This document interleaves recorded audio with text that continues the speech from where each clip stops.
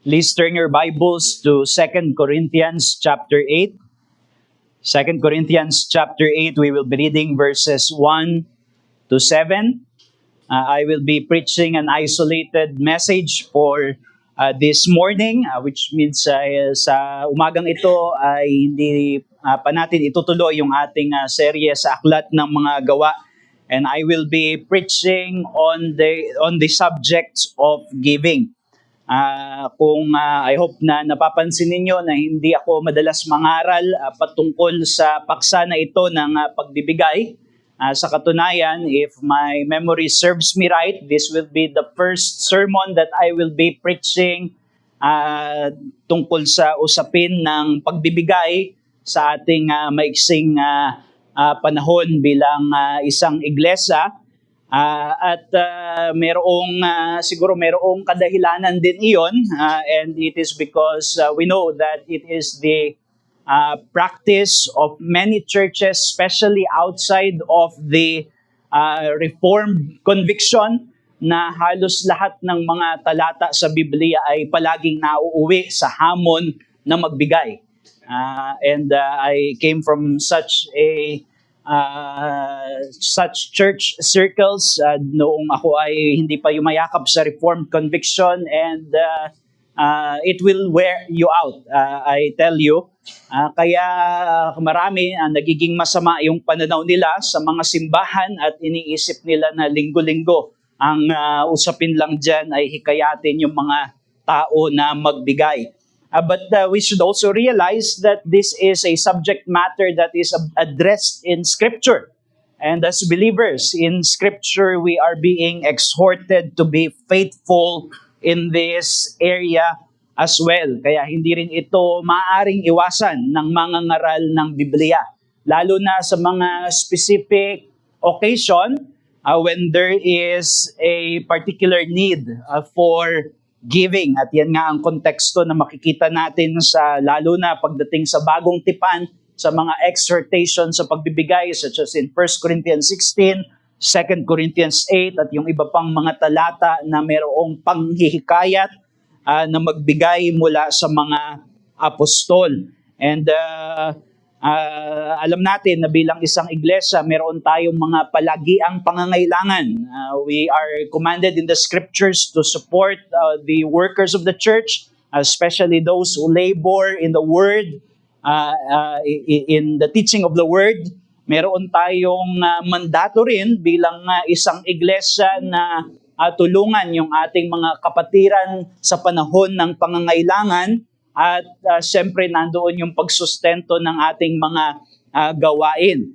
Meron ding mga panahon na may mga special na pangangailangan tayo, just as where we are now sa ating hangarin na magkaroon ng lugar na magagamit natin na hindi lang tuwing linggo, kung hindi magagamit natin rin sa ibang mga mandato at pagsasama-sama natin bilang isang iglesia.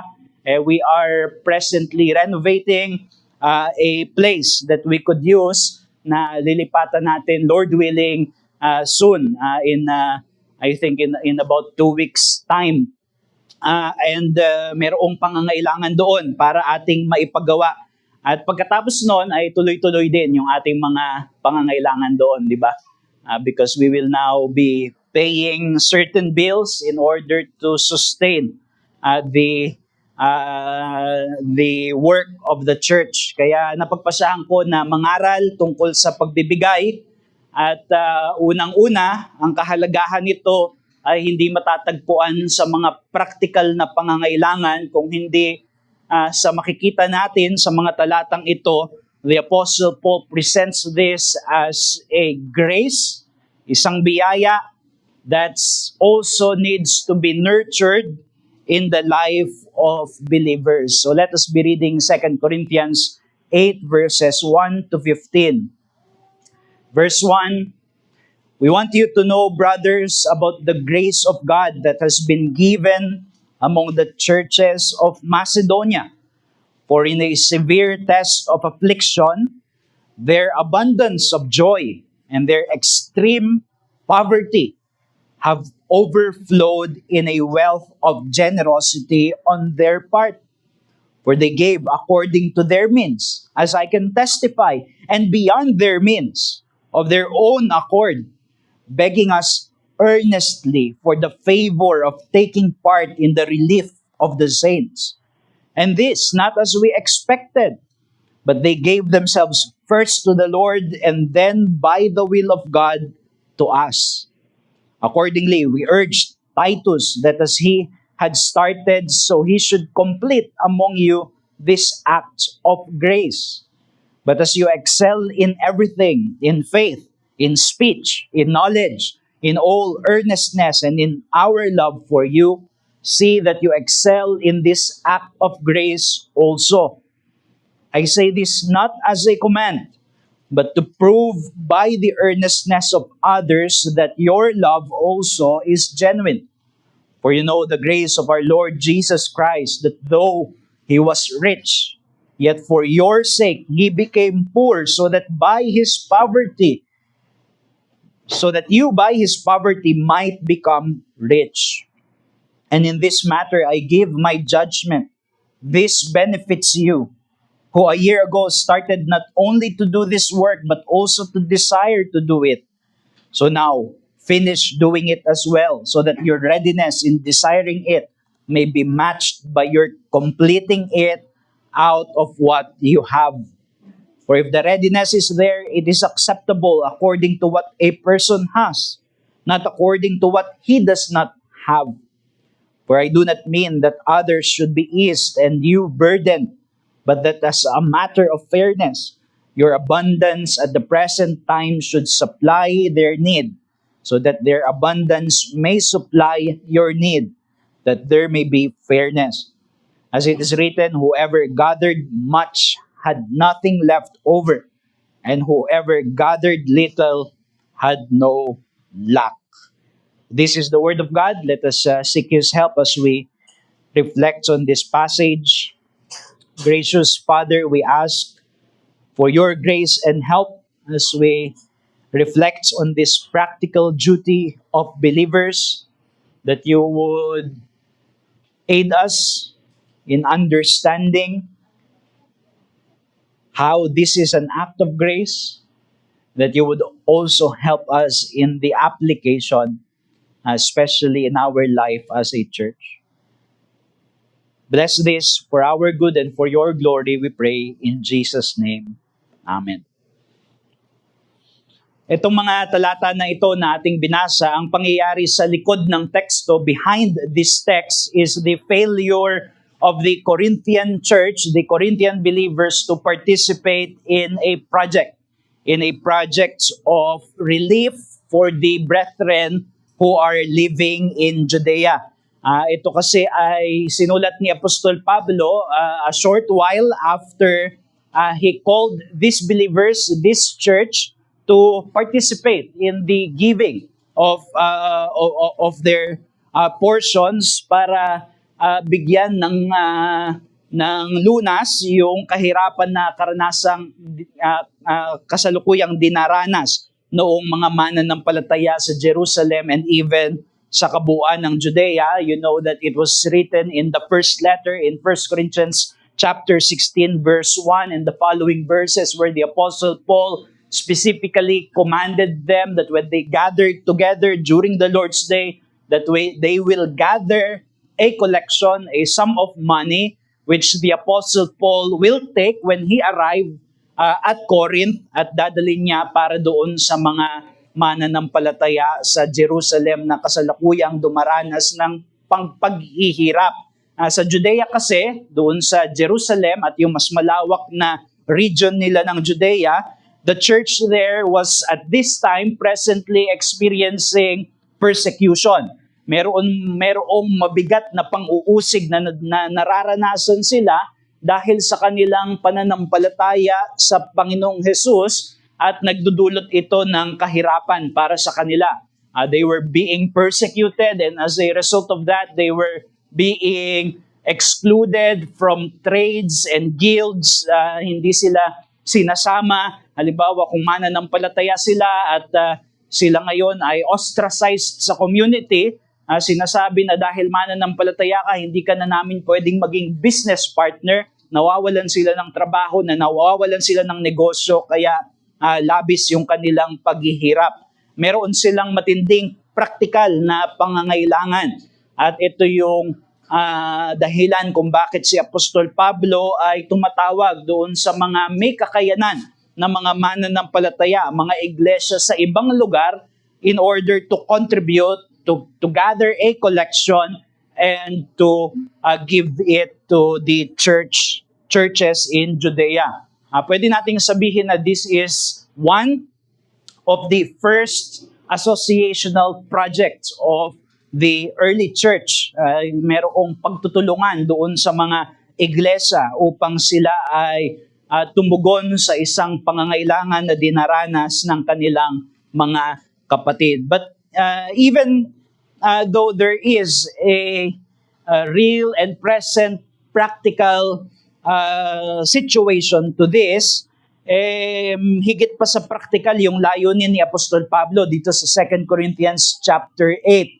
Para kay Apostol Pablo kasi yung ugali ng mga mananampalataya pagdating sa usapin ng pagbibigay sa gawain ng Panginoon, pagbibigay sa pangangailangan ng iglesia at pagtupad ng mga mandato ng iglesia kasama yung pagtulong sa mga nangangailangang kapatiran, this is a measure. This is also a measure of their growth in grace, their progress in the grace of the Lord Jesus Christ. Ibig sabihin, pwedeng sukatin ang kanilang pag-unlad sa biyaya, not primarily or exclusively with this, but also by this. Kasama ito sa sukatan ng kanilang paglago sa biyaya ng Panginoong Jesus.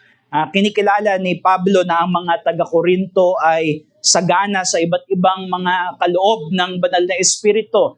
In fact, in the Apostle Paul's first letter to the Corinthians, isa nga sa mga primary na paksa na tinalakay doon ni Apostol Pablo ay yung kung paano bibigyan ng kaayusan yung kanilang pagsasanay ng mga spiritual na kaloob. The Apostle Paul wanted to give order to their public assembly because they have an abundance of spiritual gifts. Marami sa kanila ang maalam sa mga kapahayagan ng Diyos. Marami sa kanila tinatanggap yung mga peculiar gifts during that time na hindi na nagpapatuloy, pero sa panahon na iyon ay umiiral pa rin, such as speaking in tongues and prophesying, interpreting the prophecies. So marami silang mga iba't ibang spiritual na kaloob, and you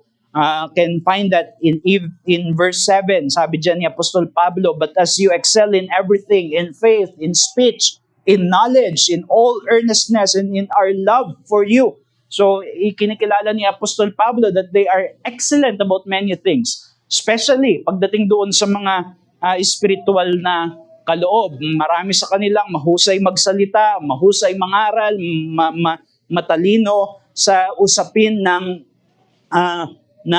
mga katotohanan patungkol sa Diyos. And those things are commended by the Apostle Paul. Hindi sinasabi ni Apostol Pablo na wala iyong halaga. They were commended by that. Pero dito sinasabi ni Apostol Pablo na kailangan nilang ihanay sa mga kaloob na ito. Hindi sila dapat maging bulag sa katotohanan na nakasama sa dapat na lumalagong kaloob ng mga mananampalataya ay yung pagbibigay. Pagbibigay sa pangangailangan ng gawain at ng kapatiran. Ito ay kasama sa mga Kristiyanong kahusayan. This is a Christian grace. This is a Christian virtue. Kaya sabi dyan ni Apostle Paul, "But as you excel in everything, in faith, in speech, in knowledge, in all earnestness, and in our love for you, see that you excel in this act of grace also." So hindi sinasabi ni Apostol Pablo na wag na kayong mag-excel dyan. ang sinasabi ninyo, huwag niyong iwanan itong isang ito. Huwag ninyong pabayaan yung isang tungkulin, isang kaloob dahil mas pinapaboran ninyo yung ibang mga kaloob, because this is also an act of grace. By act of grace, it means twofold. It means the grace of God is manifest in a believer's life as they excel in these virtues. Kasi ang biyaya ng Panginoon ang nagdudulot ng ating pagsunod sa Kanya sa iba't ibang aspeto at tungkulin ng buhay Kristiyano. So this is an act of grace because it is a grace that we receive from God, and this is an act of grace because it is grace that we express para sa ibang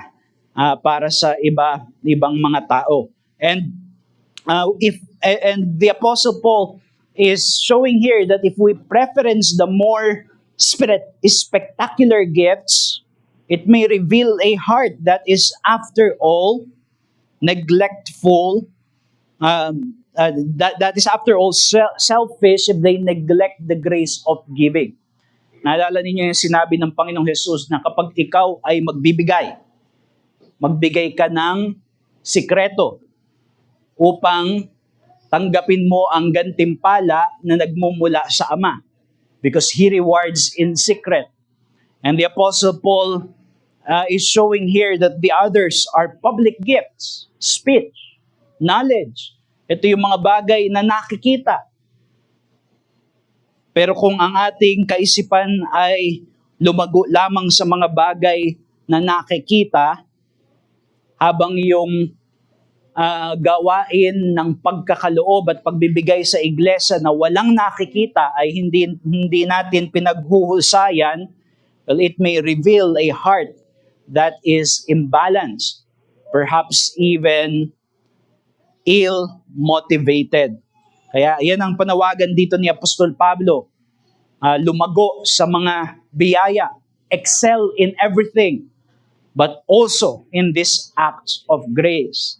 Kaya makikita natin dito yung katotohanan at ito yung mensahe ko sa umagang ito, that na yung gawain ng pagbibigay ay isang Kristiyanong kahusayan na marapat pinauunlad sa biyaya. The work of giving is a Christian excellency that is to be nurtured by grace. So paano nasusukat? Paano kaya masusukat? Ito ay tanong sa ating mga sarili. Paano nasusukat ang bunga ng biyaya sa iyo sa larangang ito? And this is not to question yung ibang mga larangan kung saan tayo lumalago. But in line with the reflection of this passage, it is right for us to ask, meron ba akong paglago sa biyaya sa aspetong ito rin? O ito ay aking napapabayaan? So upang hikayatin itong mga taga-Korinto sa mahusay na pagbibigay, the Apostle Paul used as an example, an instrumental model, the church in Macedonia, who despite their poverty did not hesitate to participate in the giving for the saints in Judea. Yun yung laman ng 2 Corinthians chapter 8. And notice the Apostle Paul's very careful words. Hindi niya sila pinagkukumpara. Kung hindi ipinapakita niya yung Macedonia as a good example by which the Corinthian church could learn. At ano ba yung mga katangian ng mahusay na pagbibigay, kagaya ng makikita natin dito sa halimbawa ng Macedonia, na maaari nating pagsikapan sa ating mga sarili na mapaunlad bilang mga mananampalataya at bilang isang iglesia. So first, we find willingness, and second, we find compassion. So dalawa, willingness and compassion. Merong pagkukusa at merong pakikipagdamayan. Una, merong pagkukusa.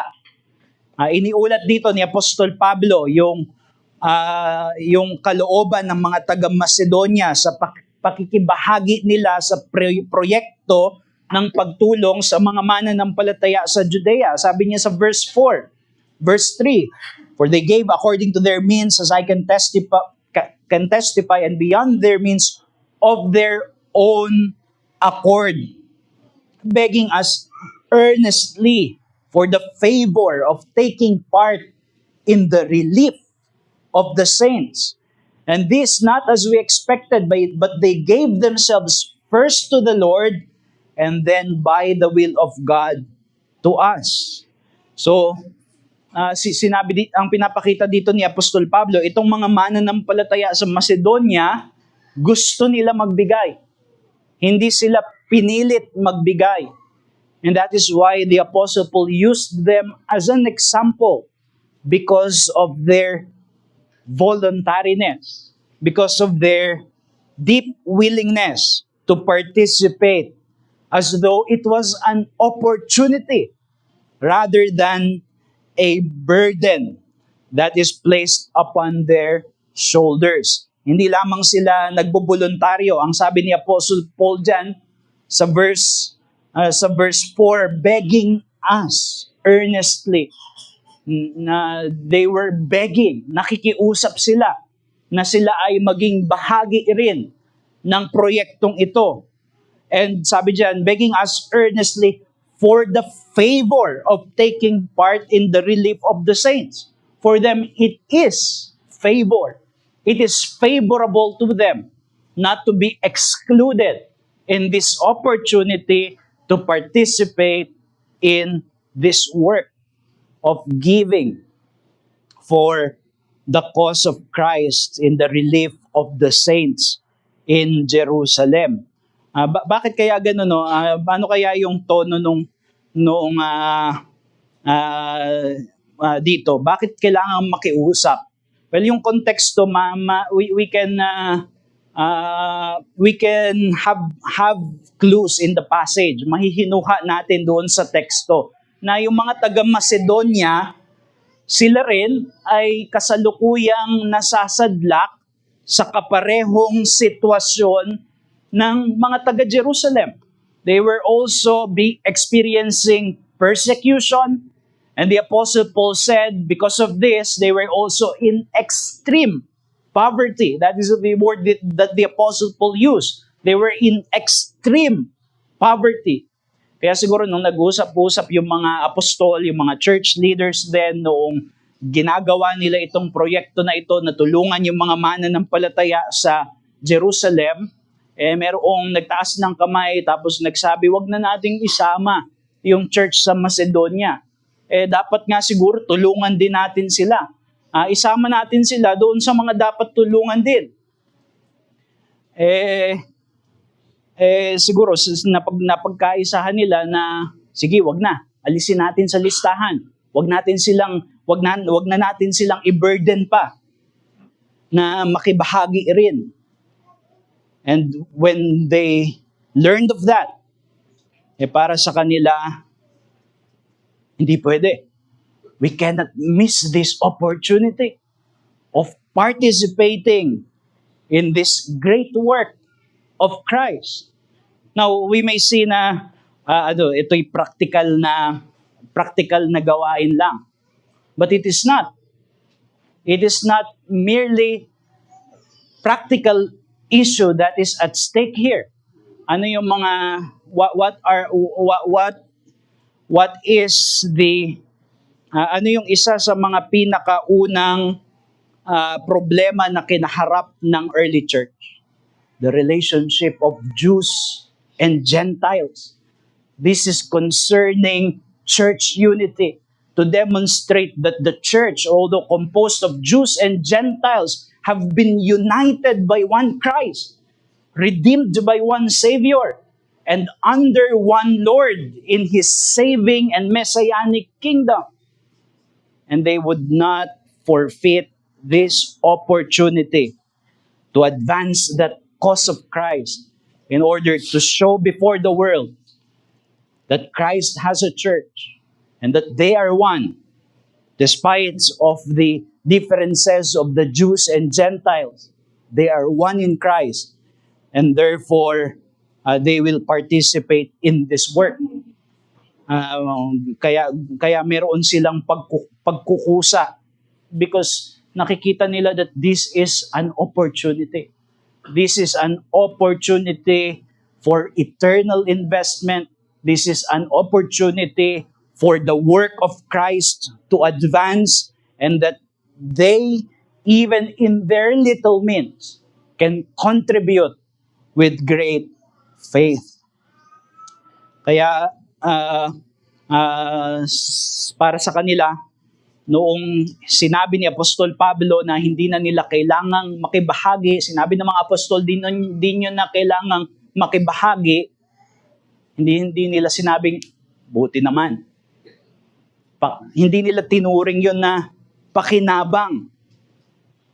In fact, it is favor to them, sabi nila, na makibahagi sila sa pakikipagbigay. Alam niyo yung word dyan na favor is charis. Grace. It is grace for them. They are not deserving. They are unworthy. But it is an opportunity in order to participate in the work of Christ. Kaya makikita natin dito ay yung pagiging kusa ng pagbibigay ay nagmumula sa pagkilala na ang gawaing ito ay karanasan ng biyaya. This is grace. This is grace because we are being called to participate in the causes of Christ. Christ does not need us, and yet He employs our feeble means in order to demonstrate our faith sa mga usaping ito. Batay ito sa salita mismo ng Panginoong Hesus, di ba? Na ang nagbibigay ay higit na mapalad. Mapalad kaysa sa tumatanggap. Blessed are those who give. Sabi ng Panginoong Hesus. It is more blessed to give than to receive. Alam ninyo, di ba, na yung Greek word ng blessed ay makarios na pwedeng i-translate as happy, deep happiness. And the Macedonian church took it seriously. Paul, sabi ng mga apostol, wag na kayo magbigay. Sa isip siguro nila, bakit nyo kami tatanggalan ng kasiyahan? It is happiness, it is blessedness, it is a favor for them to participate. Kaya pinapakita dito talaga yung countercultural values ng kaharian ng Diyos. Alam natin na sa kultura ng mundo, mas may pakinabang sa pagtanggap. Dahil ang pagpapahalaga ay yamang panglupa. Pero sa kaharian ng Diyos, alam natin na ang mga hindi napaparam na yaman ay ang katuwiran na naihahayag sa pagiging kawangis ng Panginoong Hesus, sa pagiging mahabagin, maibigin, sa pakikipagkapatiran, at sa pakikipagdala ng mga mandato ng Panginoong Hesus. At itong pagkilala na ito ang nakapag-uudyok sa masaganang pagbibigay na may pagkukusa. May pagkukusa. Bakit? Kasi tinuturing na pribilehyo.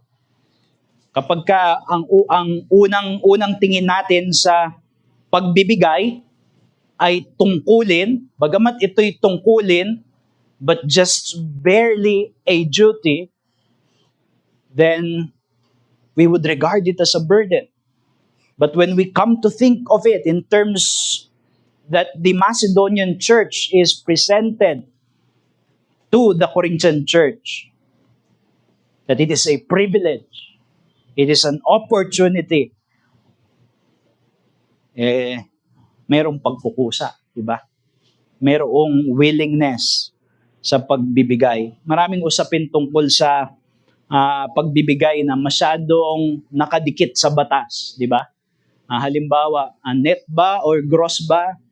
ng ah, ng ah, ng sahod ko, yung aking kukuhaan ng pagbibigyan, ng proportion ng aking pagbibigyan, na whether tithes or kung anumang percentage, eh, siguro mayroong lugar sa mga ganong pag-uusap, pero ang karaniwang puso sa likod nito ay yung pagnanais na makatakas sa masaganang pagbibigay. Pero yung pagbibigay na udyok ng biyaya, ang sinasabi nito ay kagaya nung sinasabi ng mga taga-Macedonia. Gusto ko magbigay. Huwag ninyo akong pigilang magbigay. And it is an act of grace. Ayon sa mga pag-aaral, pag daw, yung isa daw sa mga, ironically, isa sa mga pinakamahusay na marketing strategy ay yung pag-brand ng free. Bawa, meron kang produkto, tas may nakalagay doon, tas nakalagay free. So yun yung siguradong mabibili. So wala talagang nalulugi doon sa mga nagbibigay ng libre sa pagdating sa marketing as a marketing strategy, kasi gusto ng mga tao na nakakaramdam na nakakalibre sila, di ba? Halimbawa, mayroong dalawang cereals, tapos yung isa may nakalagay free sticker, yun yung kukunin mo. Yung isa walang nakalagay na free sticker, di mo kukunin. Anin mo yung sticker, tatapon mo lang, di ba? Pero yung sense na meron akong nakuhang libre, pero karaniwan daw, yun din yung dahilan kung bakit nadadaya yung mga tao, kasi hindi naman talaga sila nakalibre pag nag-compute na sila. Kabaliktaran yung gawain ng pagbibigay. Ang gusto ng nagbibigay ay hindi makalibre kung hindi makibahagi ng mayroong pagkukusa. Kaya siguro yun yung hamon na maganda na habulin natin, yung halimbawa dito ng Macedonian Church, na sikapin nating tignan yung mga pangangailangan ng iglesia, pangangailangan ng kapatiran bilang oportunidad, an opportunity for good works. Di ba yan naman ang sinabi ni Apostle Paul in another of his letter, that we should seize opportunities for doing good. Why? Because the days are short, the days are evil, the days will fade away. So whatever opportunities are presented to us in order to participate, makibahagi tayo.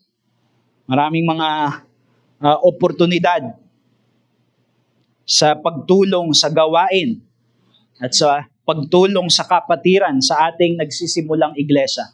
Di ba? Marami tayong mga pangangailangan. Pero marami ring mga lehitimong rason para hindi tayo magbigay. At sabihin natin na we are excused.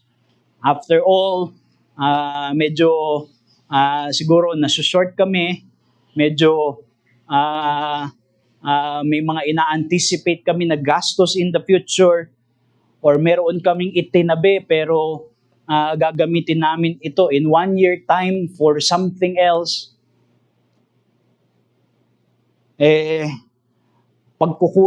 Bagamat pagkukusa yung panawagan dito, tingnan natin yung Macedonian Church. If there is anyone who has a reason not to participate in this work, it was the Macedonian Church, because Paul said that they were in rock bottom poverty. And yet they gave not only according to their means, but beyond their means.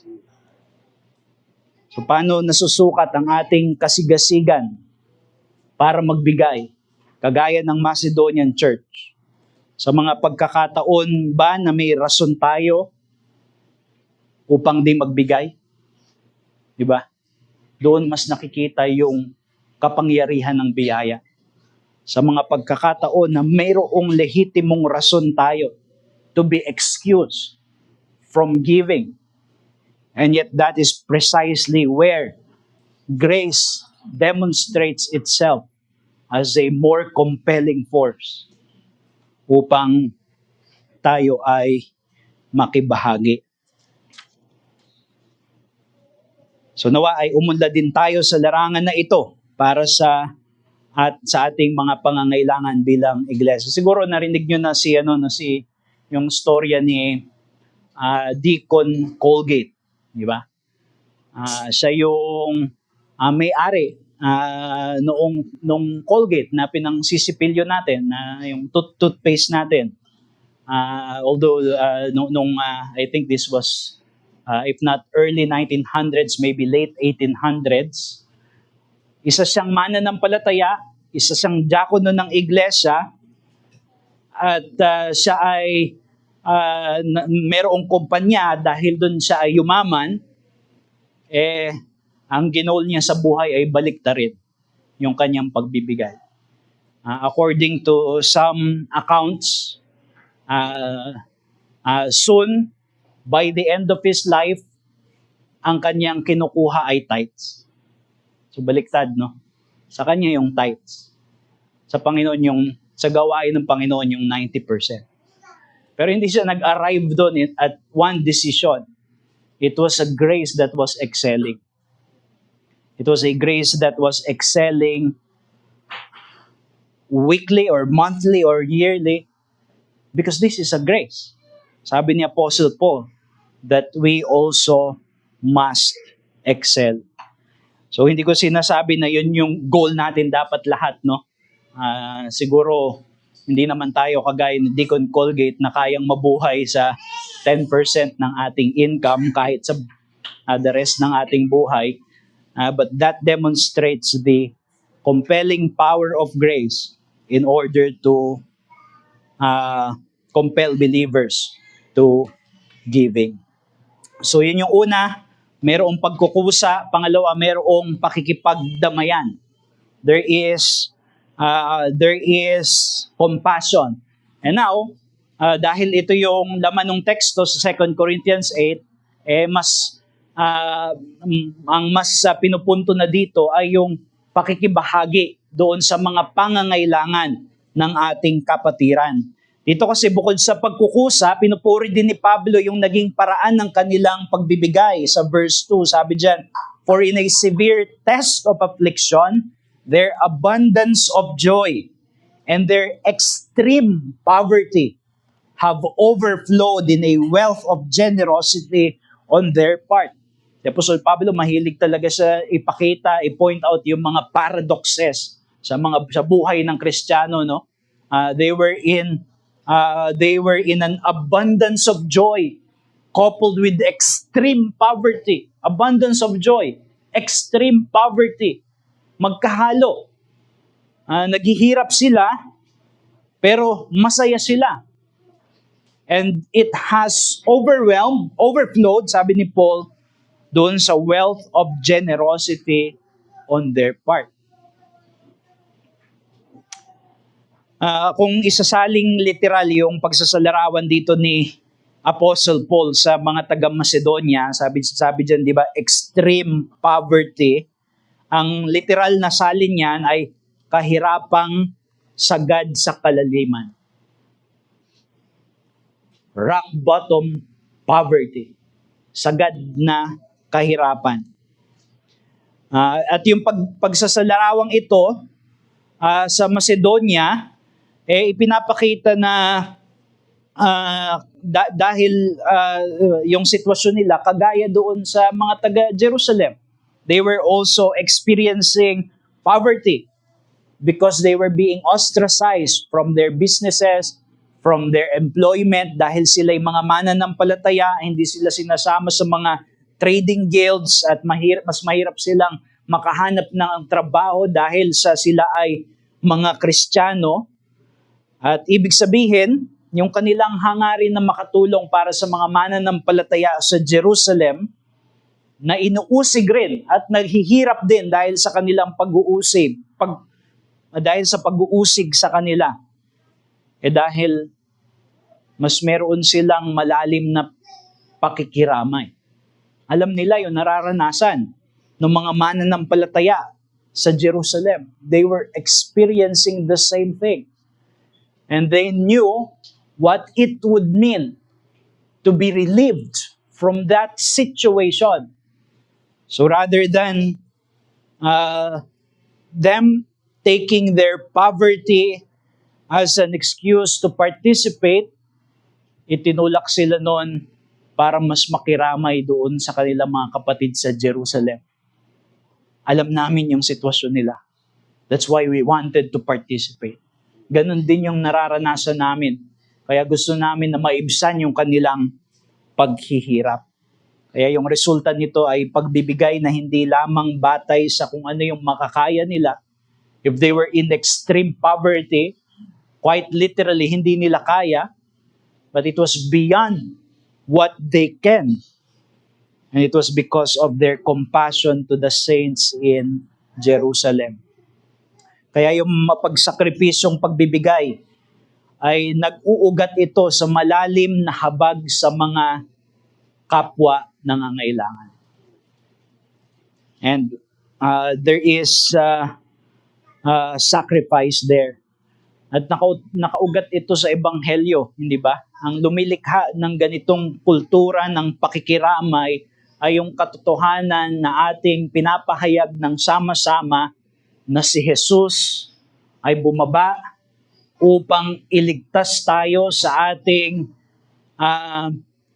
in our misery in order to bring us to heavenly and spiritual wealth of salvation blessing.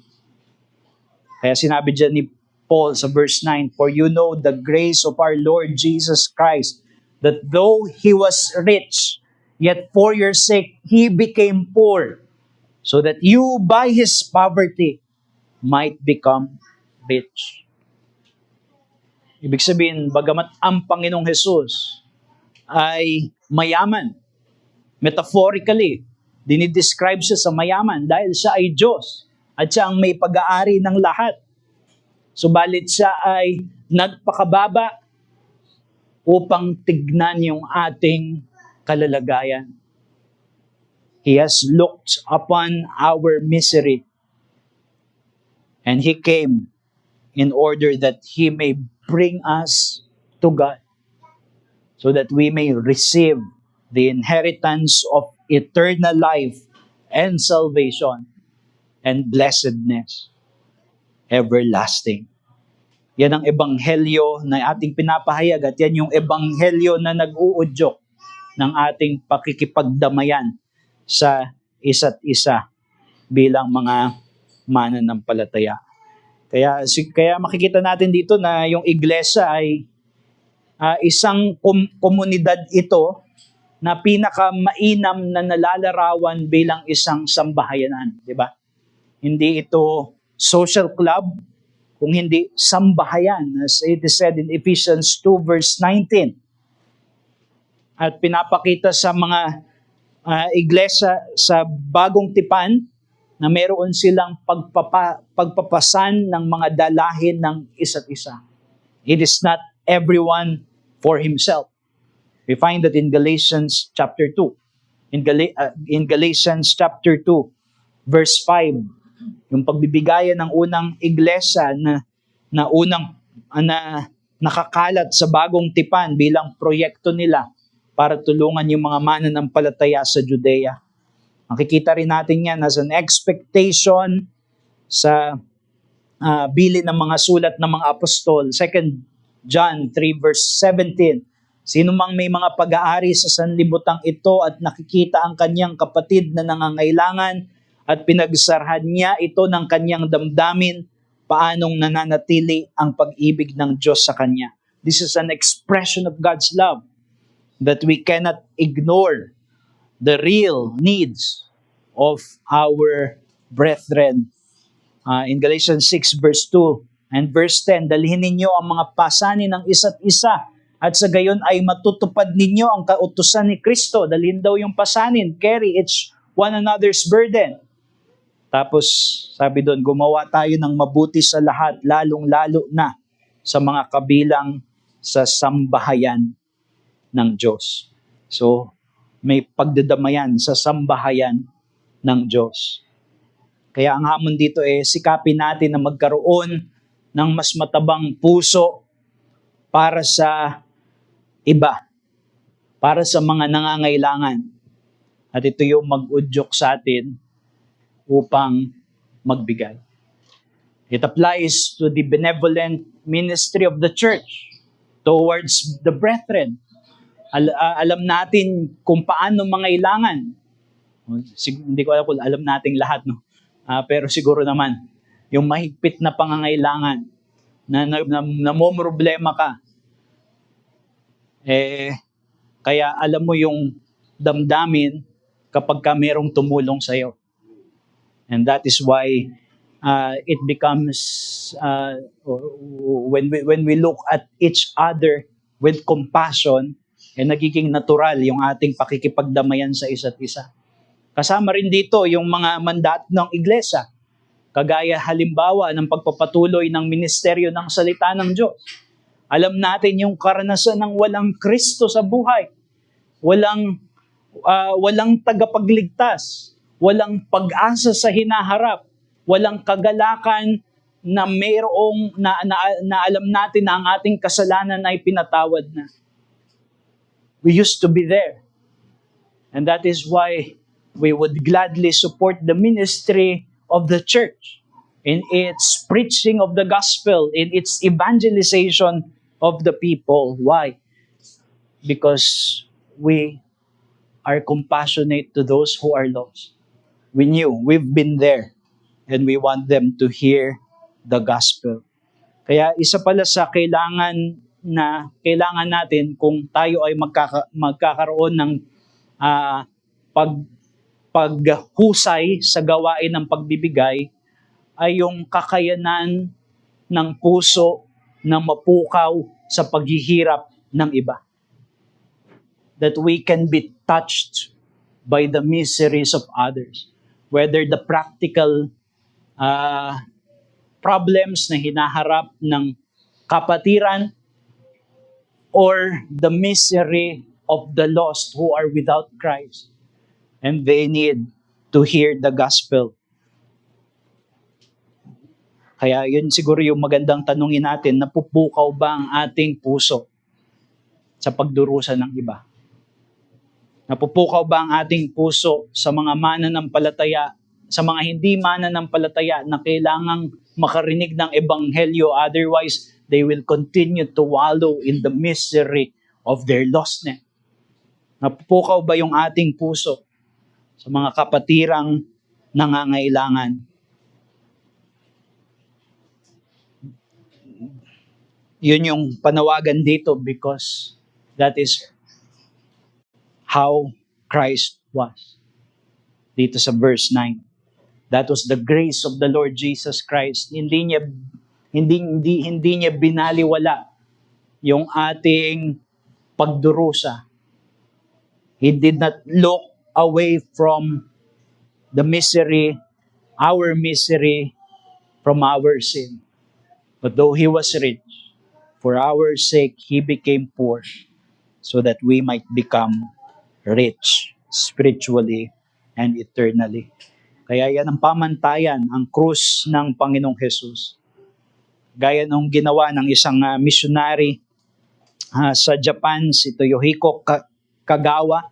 Mayaman siya na Hapon, pero nung siya ay naging mananampalataya, nagpakadukha siya in order to give away all that he has in order to help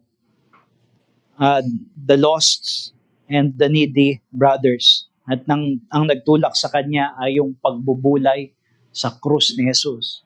Sabi niya doon sa kanyang sinulat na aklat, the cross is the crystallization of God's love. Kung gusto natin malaman ano yung pag-ibig ng Diyos, titingin tayo sa krus. And it means two things. Ganito tayo minahal ng Panginoong Jesus, kaya ganito rin tayo magmamahal sa mga tao. Ayan ang ating pamantayan bilang mga mananampalataya. And that means it calls us to sacrifice for the good of others. 1 John 3 verse 16, dito natin nakikilala ang tunay na pag-ibig. Inialay ni Kristo ang kanyang buhay para sa atin, kaya't dapat din nating ialay ang ating buhay para sa kapatiran. At doon niya sinunod yung binasa natin kanina, na kung nakikita natin ang pangangailangan ng kapatid at pinagsasarhan natin ang ating puso, ay hindi nahahayag ang pag-ibig ng Diyos. So ang Kristiyanong pagbibigay ay nakaugat sa biyaya, kaya ito ay panawagan para sa mga mananampalataya. Kaya yung mga hindi pa mananampalataya, sana maging malinaw sa inyo, no? That we want you to come. Pumunta kayo dito hanggat as often as you can to hear the preaching of the gospel, para marinig mo yung pangangaral ng ebanghelyo na mayroong tagapagligtas, na bagamat siya ang Diyos na mayaman, may-ari ng lahat. The earth is of the Lord and the fullness thereof. Pero para sa ating mga makasalanan, nagkatawang tao, upang mamuhay ng matuwid, at yung katuwiran na yon ang kanyang ipagpapayaman sa atin.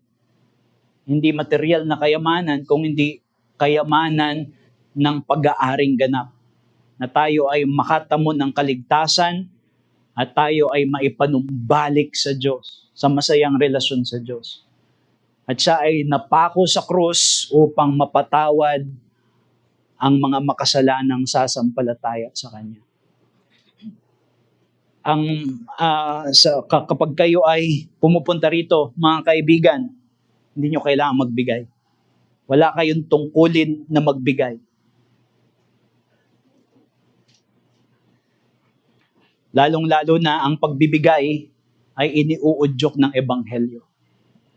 So the first thing that we would desire for you to realize is that there is a Savior. Kilalanin mo yung tagapagligtas, si Jesucristo.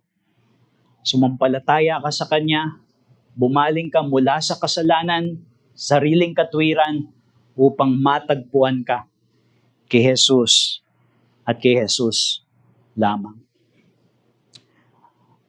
At mula sa pagkilala ng biyayang iyan, doon magsisimula ang pagkukusa sa pagbibigay. Sana yan din ang patuloy nating gamitin na pagpapaunlad ng ating pagbibigay bilang mga mananampalataya, that we survey Christ and His sacrifice.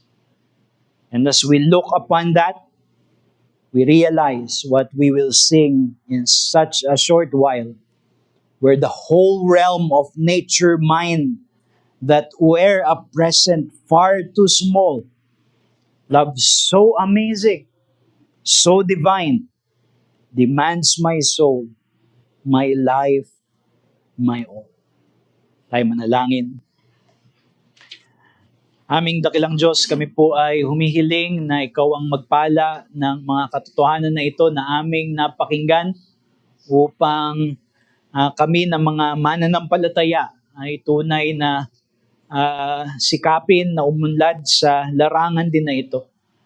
We are not to neglect anything, that we are to grow in all aspects of our Christian life, spiritual gifts, pero sana itong bagay na ito ay maging larangan din ng aming pagsunod.